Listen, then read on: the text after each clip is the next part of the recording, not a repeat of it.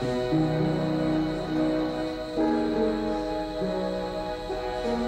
Jésus. Ce n'est pas par la force ni la puissance, mais par mon esprit.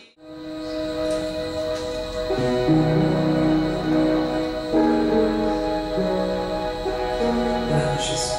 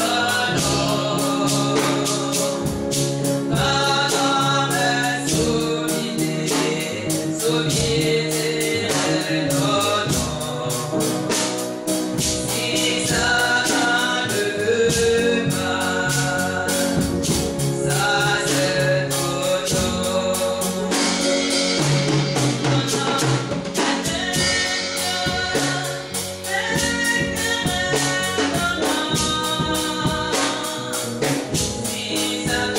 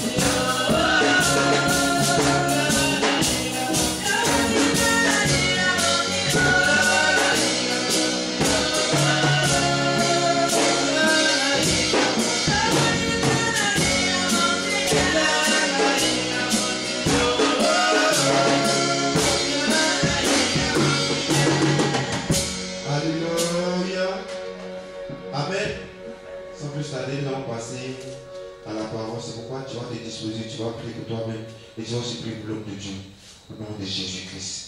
Que Dieu vienne prendre le contrôle de tout ce qui s'est passé en ce soir, au nom de Jésus-Christ, qu'on traverse son serviteur. Éternel, nous te prions encore pas pour ce moment, Seigneur, de louange, pas. Merci, Seigneur, pour le contrôle. Nous te disons merci pour ce moment, Seigneur, de message d'exhortation, pas. Oui, Seigneur. Nous prions que tu donnes le contrôle de ce moment, Seigneur, que tu fasses la vision de ton serviteur, Seigneur. Nous prions pour que tu disposes le cœur pour la nuit de ton peuple, Seigneur. Avec ce que tu as communiqué ce soir, nous puissions mettre sur la pratique, Seigneur. Glorifie ton Seigneur, au nom puissant de Jésus-Christ. Amen. Alléluia. Sous oration, je vais maintenant venir. Jésus, Père, nous te rendons toute la gloire.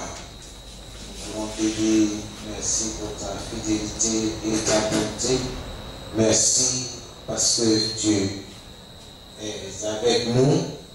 La parole déclare que là où deux sont assemblés en ton nom, tu es là au milieu d'eux. Nous t'invitons ce soir pour nous conduire dans ta parole. Nous te disons merci pour la force que tu nous donnes pour nous tenir face à l'adversité. Merci. Reçois toute la gloire. Tu es notre Dieu, tu es notre force. Tiens-nous par la main pour le combat. Sois celui-là qui est au devant de nous. Tu es véritablement notre berger et tu es notre vaillant guerrier, le puissant guerrier, le puissant de Jacob. Seigneur, c'est toi que nous invoquons ce soir, c'est toi que nous désirons au milieu de nous.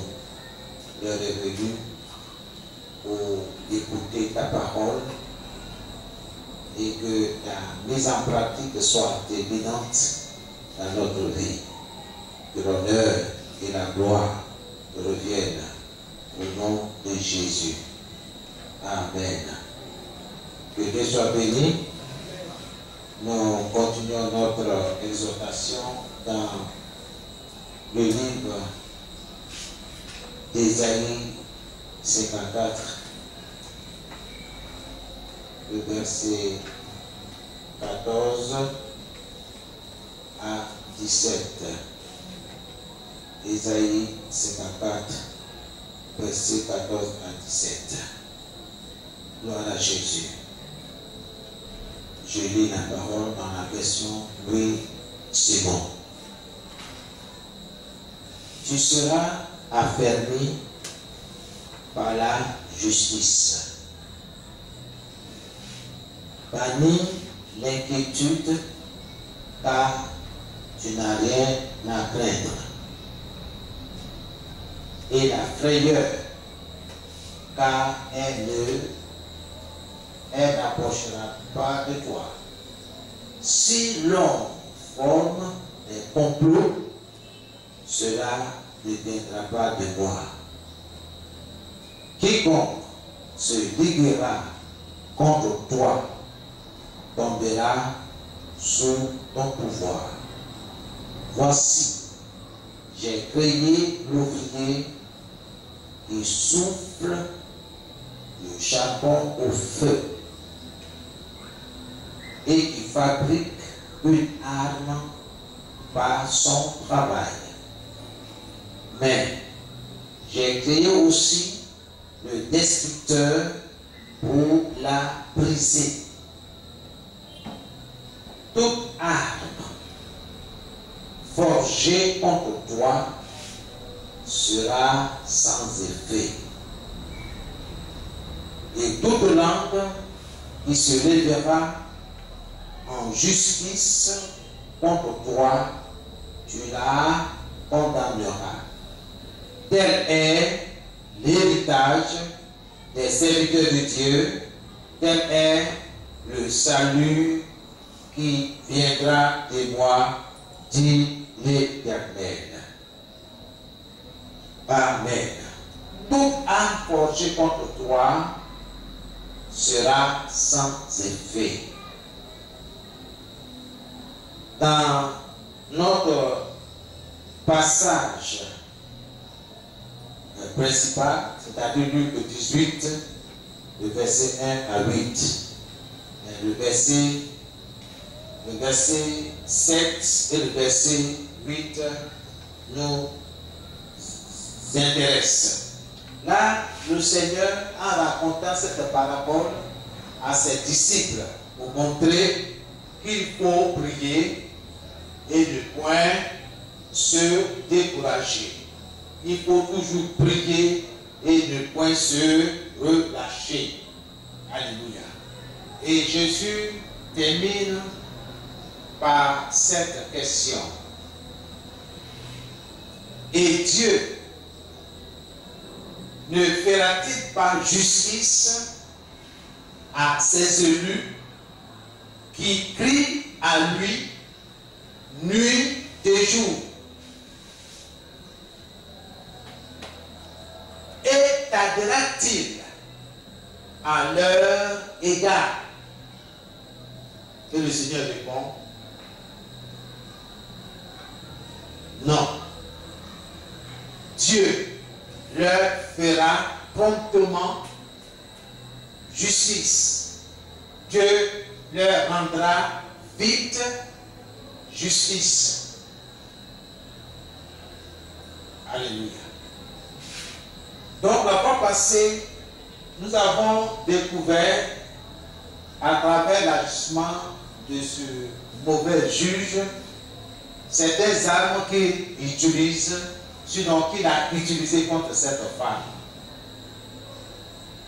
La première arme que nous avons vue la semaine passée, c'était l'arme du découragement. Tout ce que cet homme inique faisait, c'était pour décourager cette femme. Mais elle a surmonté cette arme-là par une autre arme appelée la foi. La foi est notre bouclier. Par la foi, tu peux arrêter, éteindre toutes les flèches enflammées de l'ennemi. Et ce soir, nous allons voir une deuxième arme. Alléluia. Que le nom du Seigneur soit béni. La deuxième arme, bien aimé, souvent nous le voyons dans la société. Chaque jour que Dieu fait,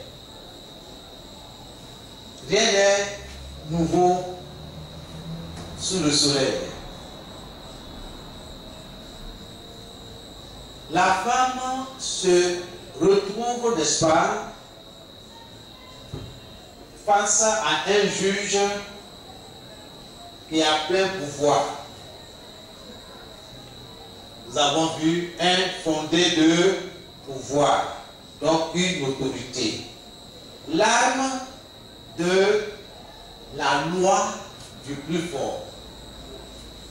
Ce juge inique, ce juge injuste va l'utiliser contre cette femme.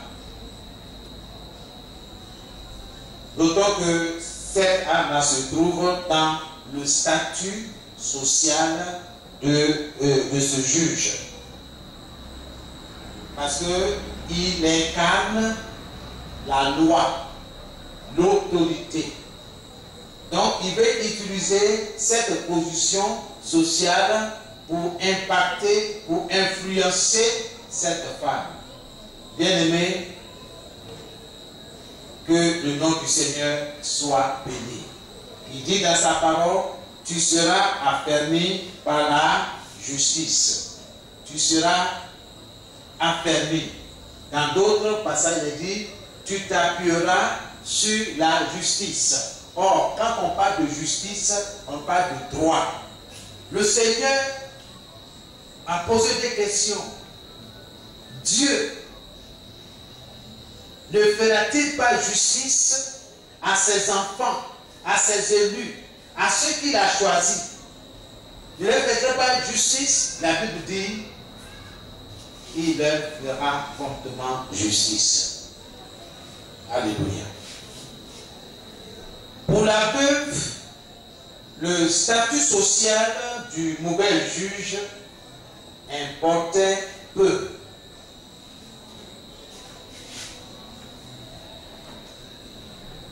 Son statut de fondé de pouvoir, son statut d'autorité, ou bien sa position sociale n'a aucune influence sur elle, aucun impact sur elle.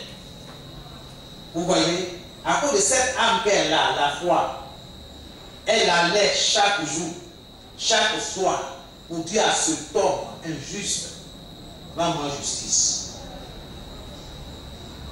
Tu es là pour ça, pour rendre justice à tes concitoyens. Mais la Bible dit, et c'est Jésus qui parle, il dit longtemps, ce juge-là ne veut pas.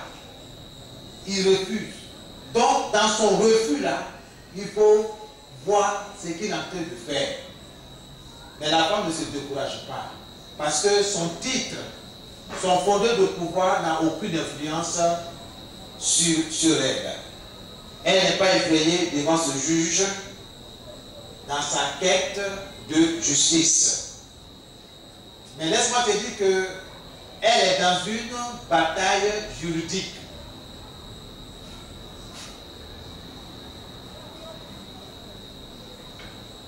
Qu'est-ce qui se passait dans le cœur de cette femme, de cette veuve, face à un juge mauvais qui ne respecte pas Dieu et les gens? Cette veuve, face à ce juge inique, voyait en lui l'instrument, l'arme que Dieu va utiliser pour se glorifier et pour son bonheur à elle. Je veux attirer ton attention qu'il y a des situations, il ne faut pas tout voir en négation, comme mauvais. Non. Demande la sagesse de Dieu. Seigneur, c'est vrai, je souffre. Je passe des moments difficiles. Mais qu'est-ce que tu veux faire? Souvenez-vous, dans les évangiles, il y avait un homme qui était né aveugle. Les disciples étaient vraiment étonnés du cas de cet homme-là, au point qu'ils sont approchés de leur maître en leur posant la question. Parce que tout ce qu'on sait, ça là, c'est tellement que ses parents ont péché. C'est tellement que lui-même là, il a péché. C'est pourquoi il est comme ça. C'est pourquoi sa situation est comme ça. C'est pourquoi rien ne pollue chez lui. Bien aimés, nous devons être prudents dans certaines situations. Quand tu ne sais rien, il faut te taire. Tourne-toi vers Dieu, comme ses disciples, en posant la question: Seigneur, cet homme, pourquoi est-ce qu'il a vu? Est-ce que c'est parce que ses parents ont péché? Ou bien est-ce que lui-même, le Seigneur dit, rien de tout ce que vous avancez? Rien de tout ça. Mais cette situation est là justement pour glorifier Dieu. Alléluia. Je veux dire à quelqu'un ce soir que Dieu peut servir de ce que tu traverses pour se glorifier. Ok? Pour que toi-même tu vois sa gloire. Souvent on dit: Seigneur, révèle-moi ta gloire. Seigneur, manifeste-toi dans ma vie, manifeste-toi dans mon travail, manifeste-toi dans ceci et cela. Bien-aimé, Dieu dit dans sa parole: vos pensées ne sont pas mes pensées. Vos voies, vos chemins, vos routes ne sont pas mes routes. Abandonne-toi entre les mains du Seigneur. Ce que je vous dis ce soir, ce n'est pas facile. Mais regardez cette femme sans défense. Elle n'a personne. Le juge est bien informé et il veut user de son fondé de pouvoir, de son autorité, de sa position sociale pour influencer la femme. Laisse-moi te dire ce soir que Dieu te fera justice. Amen. Qui peut puis-je, quelle que soit la situation, Dieu te fera justice parce que lui-même dit, et Dieu ne fera-t-il pas justice à ses élus qui crient à lui nuit et jour? Tardera-t-il à leur égard? Et le Seigneur a lui de répondre. Parce que les disciples ne peuvent pas répondre. Mais il dit, pour rassurer, que quelle que soit la durée, le temps, Dieu te rendra justice. Et le Seigneur dit, il leur rendra justice promptement. Je parle à quelqu'un ce soir. Dieu te rendra justice. Nous sommes dans le temps. Mais Dieu, il est dans l'éternité. Il prend tout son temps. Il n'est pas pressé. Il sait quand est-ce qu'il a prévu. Il sait le moment prévu pour t'honorer. C'est quoi il dit? Pour ma gloire. Pour ton bonheur. Écoute ma voix. Et obéis à ma parole. C'est pourquoi dans Ésaïe 54, le verset 14, Dieu dit, tu seras affermi par la justice. Bien aimé, c'est bon d'apprendre la parole de Dieu parce qu'il faut connaître les ordonnances de l'Éternel. Et le mois venu, tu vas te présenter devant le tribunal de Dieu. Pour dire, Seigneur, il est écrit selon tes ordonnances. Parce que tu es un Dieu qui fait justice. Tu m'as ordonné de m'appuyer sur ta parole. C'est pourquoi je vous encourage à étudier la parole de Dieu. Lisez la Bible. Ayez assez d'informations dans la parole. Et demandez au Saint-Esprit de vous instruire. Il va le faire librement. Dieu se sert souvent de ce que je vis pour transformer ça en message. Dieu est dans sa parole. Ça n'arrive pas seulement pour aux autres. Je passe aussi par le feu. C'est nécessaire pour mon bonheur, pour ma joie, pour ma paix. C'est nécessaire. Ce que Dieu a prévu pour toi, personne d'autre ne viendra pour l'arracher. À moins que tu abandonnes le combat. Nous ne sommes pas de ceux qui se retirent pour se perdre, mais au contraire, nous sommes de ceux-là qui ont la foi pour sauver leur âme, pour entrer dans leur destinée, dans leur bénédiction prévue par Dieu. Donc, il ne faut pas regarder quelqu'un pour mener ta vie. Ta croix n'est pas ma croix. Ma croix n'est pas non plus la croix de tes enfants. Ma croix, c'est ma croix. Ce n'est pas la croix de mes enfants. J'ai ma croix. C'est pourquoi Jésus dit, celui qui veut me suivre, qui porte sa croix. C'est une charge, une responsabilité. Dieu dit, prenez mon joug sur vous. Prenez mes instructions. Mettez-les en pratique. Ce n'est pas aussi difficile et compliqué que ça. Je suis avec vous tous les jours jusqu'à la fin du monde. Alléluia. Que Dieu soit béni. Donc cette veuve face à ce juge injuste, ce juge inique, elle voyait en cet homme l'instrument, l'arme que Dieu va utiliser pour se glorifier.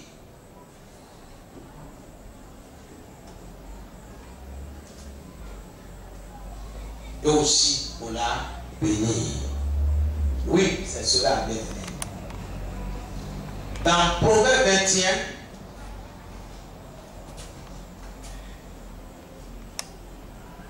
Dieu dit, la Bible dit, le cœur du roi Le roi, c'est une autorité.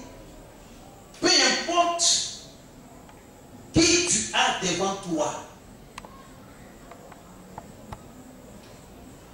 Ça peut être celui-là qui te livre de la marchandise. Cette femme, et chaque semaine, tu te rends au marché pour dire, ah madame, je suis venu chercher 3 sacs d'orange ou bien 3 sacs de bananes. Plantain. Quelle que soit l'autorité qui est devant toi, sache qu'il y a quelqu'un qui est au-dessus de lui. Donc il faut changer ta manière de voir certaines situations. La veuve voyait ce juge injuste comme un instrument de bénédiction pour elle. Comment est-ce que tu vois ton patron ou bien ta patronne? Est-ce que tu es une servante?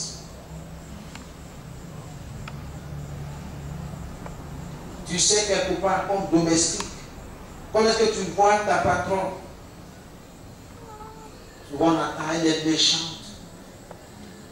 Elle est dure de caractère. Souvenez-vous ce que nous avons dit le premier jour de l'enseignement. Peu importe son caractère.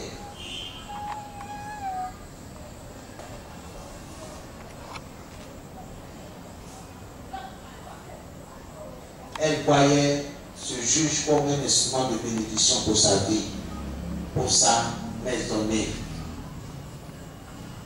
Car le cœur de ce juge est comme un courant d'eau entre les mains de l'Éternel.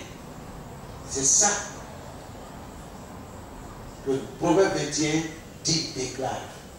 Le cœur du roi est comme un courant d'eau entre les mains de l'Éternel. Et il le dirige partout où il veut. Bloquer mon salaire, il n'y a pas de souci. Rendez ma vie misérable, c'est pas un problème. Mais Dieu dit, en de telles circonstances, va voir Matthieu, chapitre 6, le verset 6. Quand tu pries, entre dans ta chambre. Ferme la porte. Et prie. Pas dit de pleurer. Pas dit d'attrister. Prie. Qui? Ton Père. Il est où? Dans le lieu secret. C'est entre toi et lui.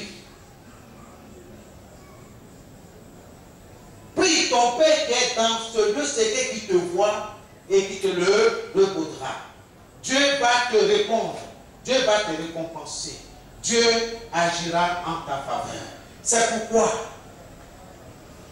je déclare dans le nom de Jésus que Dieu te fera justice. C'est lui qui le fera. Et c'est lui qui nous exhorte. Dieu t'a déjà dit à leur égard. Jésus dit non. Le Père leur fera promptement justice. Laisse-moi te dire encore ce soir que quelle que soit l'arme de ton Goliath, quelle que soit la loi du plus fort qui s'impose à toi, qui s'impose à ton projet, à ton commerce, à ta famille, bien aimé, sache ceci, que Dieu te fera justice. Amen. Dieu te fera justice. Peu importe tes pleurs, tu peux pleurer. C'est normal, c'est humain. Mais Dieu voit tout ça.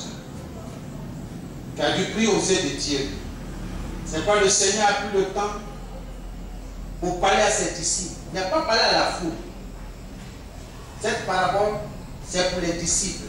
Pour leur montrer, pour leur révéler qu'il faut toujours prier, crier à Dieu et ne pas se décourager.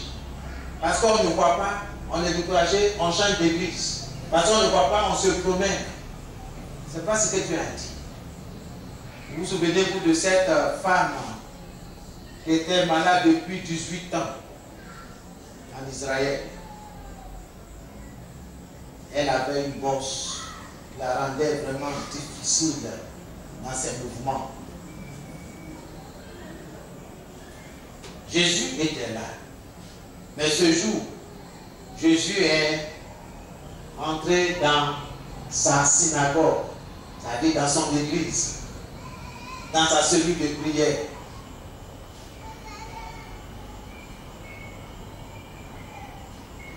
Supposons que ce jour-là, elle n'était pas venue. Est-ce qu'elle allait recevoir son miracle? Non. Elle était assidue, fidèle. Maison de Dieu. Elle venait pour écouter ce que les rabbins disaient, les pharisiens, les maîtres de la loi, sur la parole de Dieu. En dépit de son infimité, elle venait. Combien d'entre nous, à cause de petits furons, on ne vient pas pour entendre Dieu nous parler. D'autres, à cause des programmes télévisés, Dieu est dans sa parole. Qu'il te soit fait selon ta foi. Alléluia. Oui, Dieu te fera justice selon sa parole. La troisième arme, c'est l'arme du trouble, de l'instabilité. Quand cette veuve va matin, soir, le juge refuse de la recevoir. On ne sait pas combien de temps ça a pris, mais Jésus dit longtemps. À la fin de cette veuve-là, quelle sera ton attitude? Tu vas continuer d'aller au palais de justice pour qu'on te rende justice? Ah, aujourd'hui, je suis fatigué. Le juge va dire c'est bon, même si tu ne vas pas donner justice, c'est bon. Mais cette femme avait une arme terrible, une arme redoutable, appelée la foi.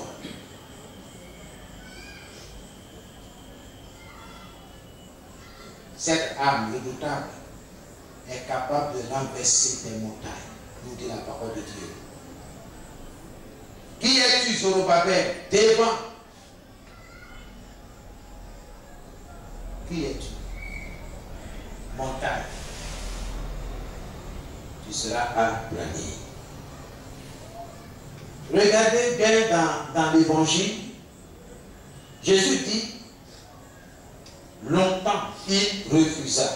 Par cette expression, ce juge unique a essayé, a tenté, il s'est efforcé d'inspirer, d'introduire, de semer l'instabilité, la timidité, le trouble dans l'esprit, dans le cœur de cette femme. Il a tenté de la déstabiliser dans son projet, mais la veuve a tenu ferme. Je sais ce que je veux. Est-ce que tu sais ce que tu veux quand tu viens tous les jeudis, même après les jeudis? Tu peux te rappeler de ton sujet il y a 2 semaines. Si tu ne peux pas te rappeler, ça te dit que ce sujet que tu as évoqué compte peu pour toi. Mais si ça tient à cœur là, tu peux te rappeler parce que chaque jour, tu es là-dessus. Seigneur, ma situation, tout va bien. Seigneur, mes enfants, tout va bien. La rentrée, pas de soucis. Seigneur, je compte sur toi. Demain encore, tu viens, Seigneur, merci, parce que mes enfants vont à l'école. Le lendemain encore, ah Seigneur, vraiment, c'est un miracle. Que ton nom soit béni. La rentrée, c'est bien déroulé. Alors que quelqu'un qui te connaît, quand il s'approche, On voit que les enfants là, il y a deux qui sont à la maison, l'autre bon, c'est pas trop ça quoi. La tante là, comment elle peut mentir comme ça? Tout va bien comment? L'institution même là, elle n'a même pas payé même la moitié. Et puis elle dit tout va bien. Bien aimé, laisse les gens se moquer de toi. On verra ça un peu plus dans les autres arbres. Que personne ne te déstabilise dans ton élan, dans ton projet. Depuis que tu pries sujet là. Ce n'est pas tes amis, souvent même, ce sont tes parents, ta famille. Depuis que tes camarades se marient, toi tu es là, tu as fait de manger, fini mon riz ici à la maison. Va faire comment? Comme tes camarades. Dieu est dans sa parole. Alléluia. Amen. Amen. Le juge s'est efforcé de perturber aussi longtemps que possible l'esprit, le cœur de cette veuve. Mais laisse-moi te dire ce soir, quelle que soit l'arme du trouble, l'arme pour te déstabiliser, pour troubler ton foyer, pour déstabiliser tes projets, ton travail, tes enfants, quelle que soit l'arme de trouble utilisée pour préparer contre toi, contre ta maisonnée, sache ceci, Dieu te fera justice. Il ne faut pas te concentrer sur l'arme avec laquelle on t'attaque.